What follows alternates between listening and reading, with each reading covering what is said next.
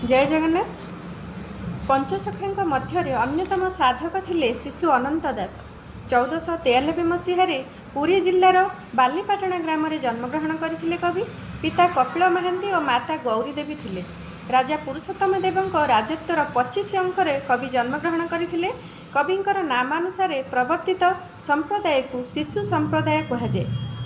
ସେ ଅର୍ଥତାରିଣୀ, ହେତୁ ଉଦୟ ଭାଗବତ, ଆଗତ ଭବିଷ୍ୟ ପୁରାଣ, ପଦ୍ମବନ ରାସ, ଠୁଳଶୂନ୍ୟ ରାସ, ଗରୁଡ଼ କେଶବ ଚଉତିଶା, ପିଣ୍ଡ ବ୍ରହ୍ମାଣ୍ଡ ଗୀତା, ଚୁମ୍ବକ ମାଳିକା, ଅଣାକାର ଶବ୍ଦ, ମନ୍ତ୍ର ଚନ୍ଦ୍ରିକା ପ୍ରଭୃତି ବହୁ ଗ୍ରନ୍ଥର ରଚୟିତା।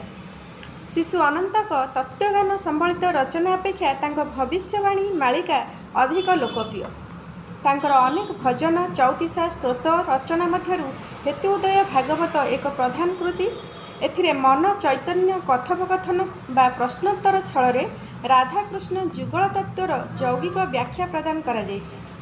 ପଞ୍ଚସଖାମାନେ ଓଡ଼ିଶାରେ ଭକ୍ତିଧାରାର ଆବାହକ ଥିଲେ ଏବଂ ଏହି ପଞ୍ଚସଖାଙ୍କ କାଳରେ ଅନେକ ଓଡ଼ିଆ ଭକ୍ତି ସାହିତ୍ୟର ସୃଷ୍ଟି ହୋଇଥିଲା।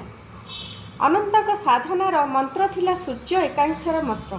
ସେ ଖଣ୍ଡଗିରି ଏକାମ୍ର କାନନ, ପୁରୁଷୋତ୍ତମ ଧାମ ଆଦି ବିଭିନ୍ନ ସ୍ଥାନରେ ଅବସ୍ଥାନ କରି ସାଧନା କରୁଥିଲେ। ହେତୁ ଉଦୟ ଭାଗବତ ଶିଶୁ ଅନନ୍ତଙ୍କର ଏକ ପ୍ରଧାନ ସାହିତ୍ୟିକ ତଥା ଆଧ୍ୟାତ୍ମିକ ଗ୍ରନ୍ଥ। ଏହା 10ଟି ଅଧ୍ୟାୟରେ ସମାପ୍ତ।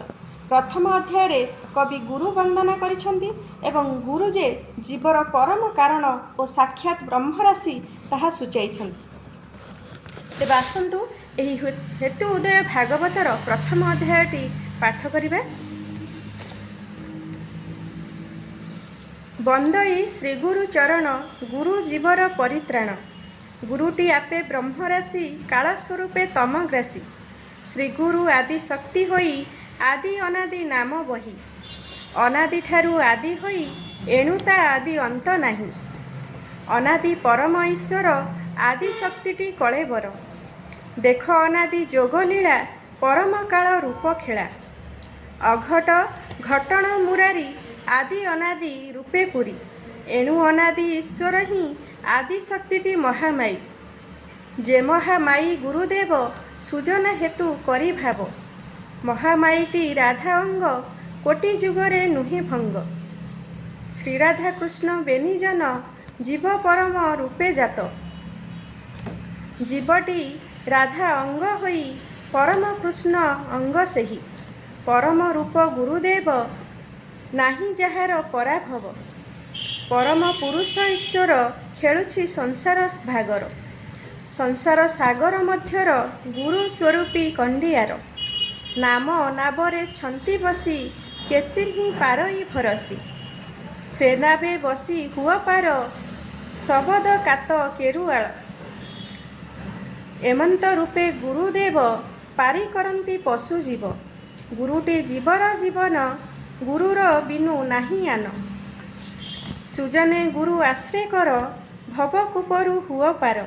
ଏମନ୍ତ ଗୁରୁଙ୍କ ମହିମା, ଜାଣି ନ ଜାଣେ ହର ବ୍ରହ୍ମା। ମୋଛାର ମନୁଷ୍ୟ ଶରୀର, ମୁଁ କାହୁଁ କରିବି ଗୋଚର। ମହିମା ସାଗର ଅଟଇ, ସାଗର ସମୁଦ୍ରକୁ କହି। 84 କାଠି ଯାଏ ଗଭୀର, ଏଥି ଖୋଜଇ ନାମ ସାର। ଏମନ୍ତେ ଏକ ଦିନକର, ନିଶାରେ ସାଗର ମଧ୍ୟର। ନାମେ ବୁଡ଼ିଲି ତହିଁ ମହିଁ, ଦେଖିଲି ଥଳ କୂଳ ନାହିଁ। ଧନ୍ୟବାଦ।